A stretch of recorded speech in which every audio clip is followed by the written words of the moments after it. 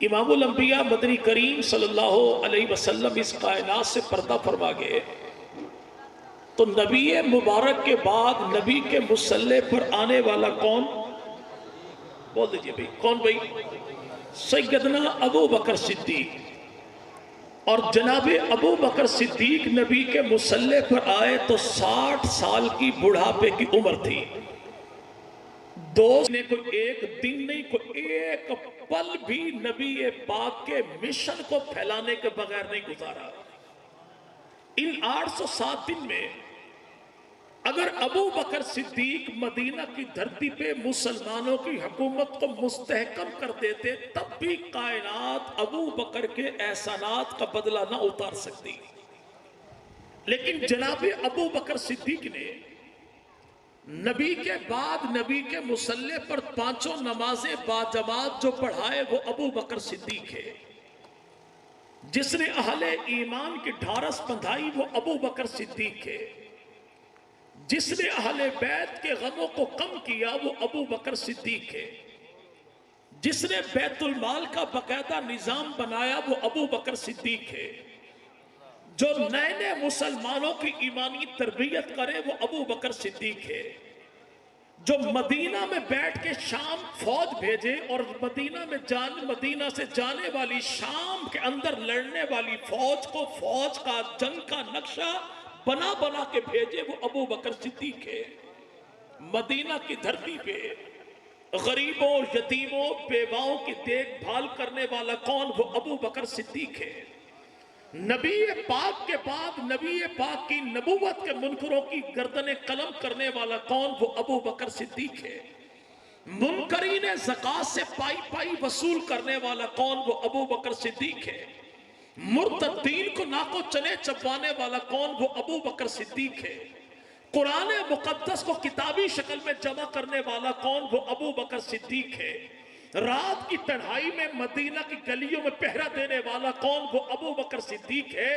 इतना ही नहीं बल्कि 807 दिन में 2 लाख मुरब्बा मील फतह करके दीन मुहम्मदी का झंडा लहराने वाला कौन? वो अबू बकर सिद्दीक है।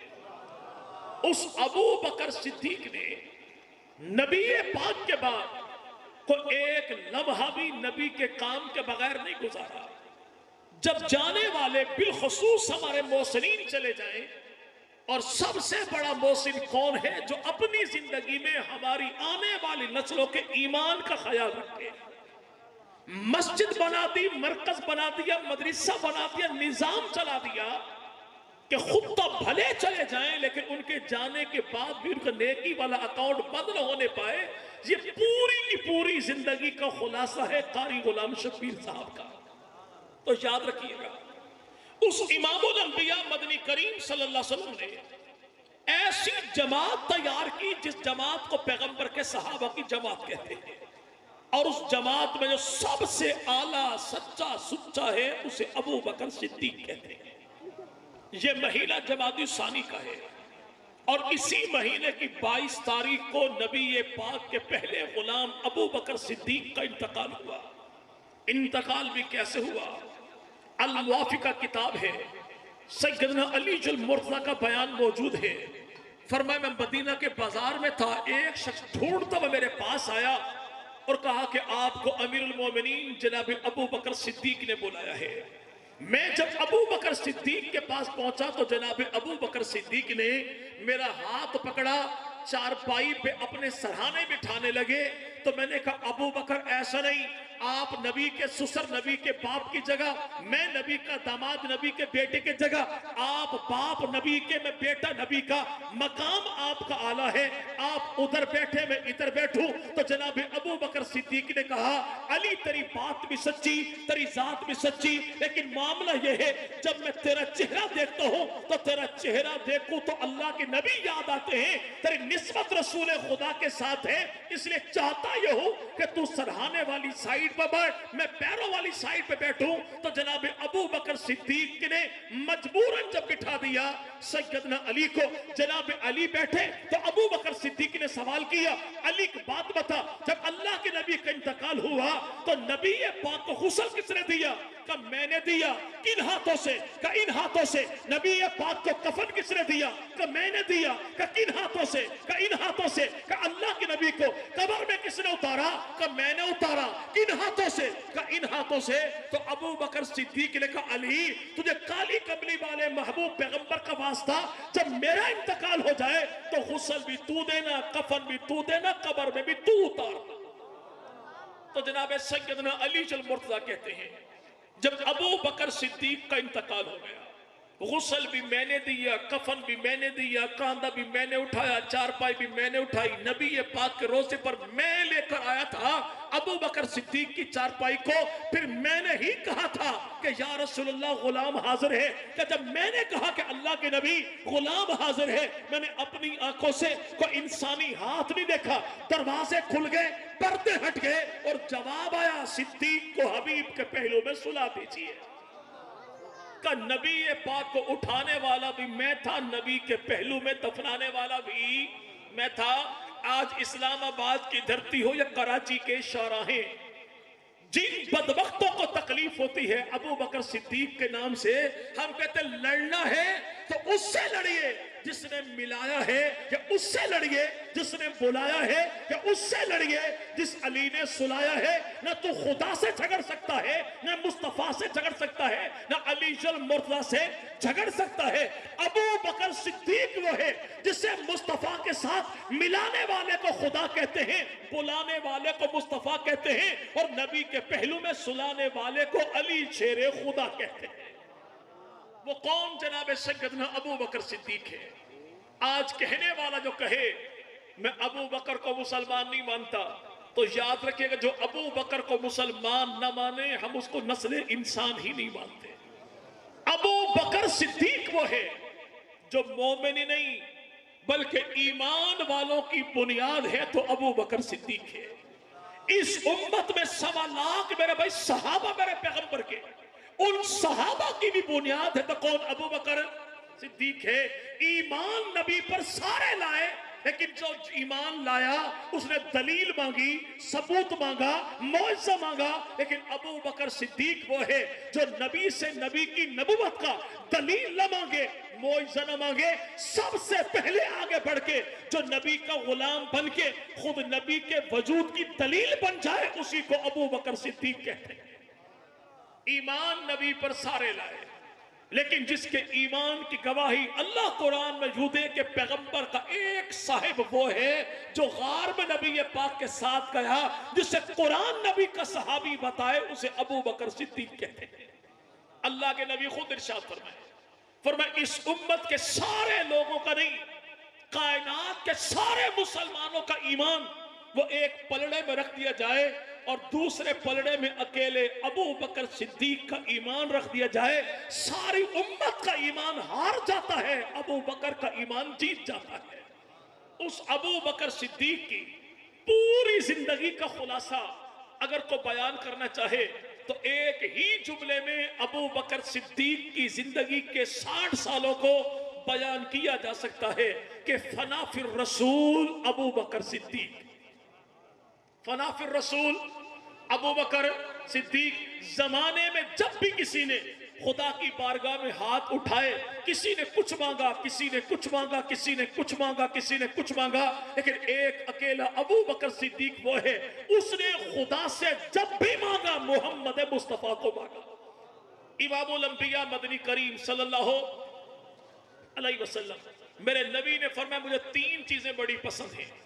उमर, उस्मान, अली ने कहा मुझे भी 3 चीजें पसंद हैं। जब बारी अबू बकर सिद्दीक की आ गई तो अबू बकर सिद्दीक ने भी कहा आका मुझे 3 चीजें बड़ी पसंद हैं। फरमाया कौन सी? का पहली चीज ये है कि आंख मेरी हो दीदार मोहम्मद मुस्तफा का। आंख किसकी? अबू बकर की। रुख किसका? मोहम्मद मुस्तफा का। अब को कहने वाला कहे दीदार मोहम्मद मुस्तफा क्या है? याद रखिएगा अबू बकर सिद्दीक ने इस एक जुमले में कायनात की सबसे बड़ी दौलत मांगी, और वो सबसे बड़ी दौलत कौन सी है? वो दीदार मोहम्मद मुस्तफा है। आज 14 सदियों के बाद अगर कोई हाजी नमाजी गाजी मदीना से वापस आ जाए और जमाने वाले कहें ये कौन है, कहां चल दिए, हम कहते दीदार करने जा रहे हैं फुला हाजी का, हज करके आया, उम्रा करके आया। अगर कोई ये पूछे इसको देखोगे क्या मिलेगा, हम कहते मिले कुछ ना मिले, इतनी बात ही काफी है। मैं उन आंखों को देखना चाहता हूं जिन आंखों ने जीती जागती हालत में दरे खुदा को भी देखा है और हुजरा मोहम्मद मुस्तफा को भी देखा है। और आज के दौर में कोई हाजी आ जाए और कोई बंदा कहे कौन सा हाजी, इसकी तो दुकानदारी का मामला है, कल तक ऐसे काम करता, सारे कहेंगे भाई छोड़ इसके मामलात को, जब तक जैसा था। अब इसकी आंखों ने आमना के लाल मदनी करीम का शहर देखा है, अब इसकी जात के ऊपर तनकीद न कीजिए। जो 14 सदियों के बाद मदनी करीम का दर देखे उसकी जात पर तो तनकीद ना की जाए। और जो आज भी पहलुए रसूल में सोया है उस अबू बकर सिद्दीक का मकाम क्या होगा? और वो अबू बकर सिद्दीक कौन है? आज भी हर एक साहिब ईमान ये कहता है अल्लाह मौत ईमान पर दे, मौत नबी के शहर में दे। तू और मैं नबी के शहर में मौत मांगे। अभी कहने वालों ने कहा कि हाजी जनाब मोहतरम कारी गुलाम शबीर साहब, इनके मकाम का मुकाबला कौन करेगा कि इनको कब्र में मिली तो मस्जिद के इहाते में मिली। आज 14 सदियों के बाद सिनामा के किसी शहरी को अल्लाह के घर मस्जिद के शहर में कब्र की जगह मिल जाए तो जमाने वाले कहें बड़े वक्तों वाला था, उससे बड़ा वक्तों वाला कौन होगा जो आज भी सोया है मस्जिद के पहलू में नहीं, मस्जिद नबी के पहलू में सोया है। और पहलू भी वो है जिसे रसूल खुदा ने फरमाया कि जन्नत का टुकड़ा पैगंबर का रोजा, और पैगंबर के रोजे में अबू बकर जो सोया तो इस शान के साथ सोया है कि रसूल खुदा ने फरमाया कयामत का दिन जब मैं मोहम्मद उठूंगा अकेला नहीं उठूंगा, दाएं हाथ में अबू बकर को लेकर उठूंगा तो बाएं हाथ में उमर को लेकर उठूंगा। वो कौन? जनाब सैयदना अबू बकर सिद्दीक है। पहली चीज मांगी आंख मेरी हो दीदार मोहम्मद मुस्तफा का हो। यह दीदार कितनी बड़ी दौलत है। अल्लाह के नबी ने खुद इरशाद फरमा दिया, फरमाया जो शख्स ईमान की हालत में मुझ मोहम्मद का दीदार कर ले उस पे अल्लाह जहन्नम की आग को हराम कर देता है। और फरमाया जो मेरे देखने वाले को देख ले, यानी मेरे यारों में से किसी यार को देख ले, अल्लाह उस पर भी जहन्नम की आग को हराम कर देता है। जो एक लम्हा मदनी करीम का दीदार कर ले। आमना के लाल तशरीफ फरमा है, नबी पाक के यार नबी के साथ थे। एक जवान सवारी पर आया और वहीं पर बैठे बैठे आवाज लगाई, तुम में मोहम्मद रसूलुल्लाह कौन है? नबी पाक ने फरमाया मैं खुदा का रसूल हूं। का मेरे चंद सवाल हैं, इनका जवाब दे दीजिए। नौजवान ने सवाल किए, नबी ने जवाब दिए। तो नौजवान ने कहा मुझे सवालों का जवाब मिल गया, मैं मुतमईन हो गया और आमना के लाल गवाह बन जाइए, मैंने कुफर छोड़ दिया, दीन मोहम्मदी को कबूल कर लिया। अब ये सवारी से उतरा कोई नहीं, आया कोई नहीं, हाथ मिलाया कोई नहीं, पैगंबर के पहलू में बैठा कोई नहीं। वहीं से खड़े खड़े इसने सवारी का रुख फेरा और कहा आमना के लाल मैं गुलाम तो बन गया, लेकिन आपकी महफिल में तब आऊंगा जब पूरे खानदान को तेरा गुलाम बना के लाऊंगा। जैसे ही सवारी का रुख फेरा, सवारी को दौड़ाया, सवारी का पांव फिसला, पैगंबर का ये नया नया मुसलमान जो हुआ नौजवान, ये सवारी से गिरा, इसकी गर्दन टूटी, मौके पर ही फौत हो गया। और अल्लाह के नबी ने इरशाद फरमाया अगर कोई शख्स किसी ऐसे शख्स को देखना चाहे जिसके दामन के अंदर नमाज कोई नहीं, हज कोई नहीं, खैरात कोई नहीं, उम्रा कोई नहीं, जिहाद कोई नहीं, तबलीग कोई नहीं, लेकिन जाएगा सीधा जन्नत में, तो मेरे इस यार को देख ले। सहाबा ने कहा या रसूलल्लाह, यार ने ऐसा कौन सा काम किया कि जिसके पल्ले अमल कोई नहीं, जाएगा सीधा जन्नत में? तो इरशाद ये फरमाया कि आंखें इसकी थी, चेहरा मोहम्मद रसूलुल्लाह का था। एक नजर जो नबी पाक का दीदार कर ले। आज के दौर में दुनिया के तकरीबन 250 मुल्कों में 1 अरब 70 करोड़ मुसलमान मौजूद हैं। कितने भाई? 2.25 अरब मुसलमान। इन 2.25 अरब मुसलमानों को रब ताला 1,000 साल की जिंदगी दे दे और 1000 साल की जिंदगी में कोई उम्मती कोई गुनाह न करे, और ये सारे के सारे उम्मती तेरे मेरे जैसे न हो, बल्कि सारे के सारे ये अल्लाह के वली बन जाएं, गौस बन जाएं, कुतुब बन जाएं, अब्दाल बन जाएं, बायजीद बुस्तामी बन जाएं, जुनैद बगदादी बन जाएं, पीरान पीर बन जाएं, अहमद इब्ने हंबल बन जाएं, इमाम शाफी बन जाएं, इमाम मालिक बन जाएं, इमाम आजम अबू हनीफा बन जाएं या इमाम बुखारी बन जाएं, सारे के सारे 1000 साल की जिंदगी बैतुल्लाह में सजदे में गुजार दें, इस पूरी की पूरी उम्मत की 1000 साल की बेमिसाल नेकियां सारी एक तरफ, और नबी पाक के किसी सहाबी की एक नजर के आंख सहाबी की चेहरा रसूल खुदा, इसका मुकाबला कोई नहीं करता। जब एक नजर ऐसी बाकमाल है तो अबू बकर सिद्दीक कौन है जिसने अल्लाह से मांग कर दीदार लिया मोहम्मद मुस्तफ़ा का। 53 साल की उम्र है, मेरे महबूब पैगंबर की, अल्लाह के नबी हैं, 28 सफर है, मक्का की धरती नबी ने छोड़ी, मदीना चलने लगे। 3 दिन गार में नबी ये पाक ठहरे, और गार का खुलासा क्या है कि गार है, सरकार है, यार है, दीदार है, लगातार है, बार बार है।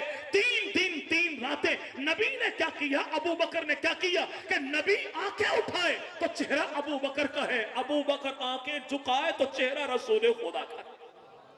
नबी देखे अबू बकर को, अबू बकर देखे आमना के लाल मदनी करीम को। एक नजर का मुकाबला जब कायनात के 1400 साल के मुसलमान 1000 साल की इबादत करके हासिल नहीं कर सकते, तो अबू बकर के 3 दिन 3 रात की ज़ियारतों का मुकाबला कौन कर सकता है। ऐसा दीदार मांगा अबू बकर सिद्दीक ने, और फिर दीदार भी कैसे मांगा। इमामुल अंबिया मदनी करीम ने हिजरत फरमाई, अल्लाह के नबी को नबी के यार गार पर लेकर चढ़ लगे, 3 मील की अमूदी चट्टानें। अबू बकर ने नबी पाक को अपने कांधे पर बिठा लिया, और कांधों पर मेरे भाई 2 ही अंदाज होते हैं बिठाने के, कि बच्चा आपकी पुष्ट पर हो और बच्चा दोनों हाथ आपके सीने वाली साइड पर डाल के आपको काबू कर ले। यह अंदाज ही होगा कि बच्चा आपके कांधों पर बैठे, पांव उसके सीने वाली साइड पर हो, और वो अपने दोनों हाथों से आपके सर को पकड़ ले।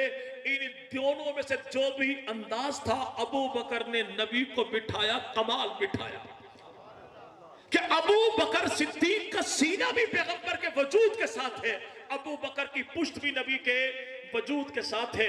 तो लगता यूं है कि अबू बकर सिद्दीक के निचले धड़ने फरियाद की होगी, मौला ऊपर वाले जिस्म ने नबी की निस्बत की दौलत को लूटा, मेरा क्या कसूर। तो अल्लाह ने यूं अता कर दिया, गार में अबू बकर सिद्दीक बैठे, और अबू बकर सिद्दीक की झोली में सर रसूल खुदा का है। यानी यूं समझिए कि अबू बकर ने पूरी कायनात को खुदा के लिए छोड़ा, तो अल्लाह ने पूरी कायनात को अबू बकर सिद्दीक की झोली में सुला दिया।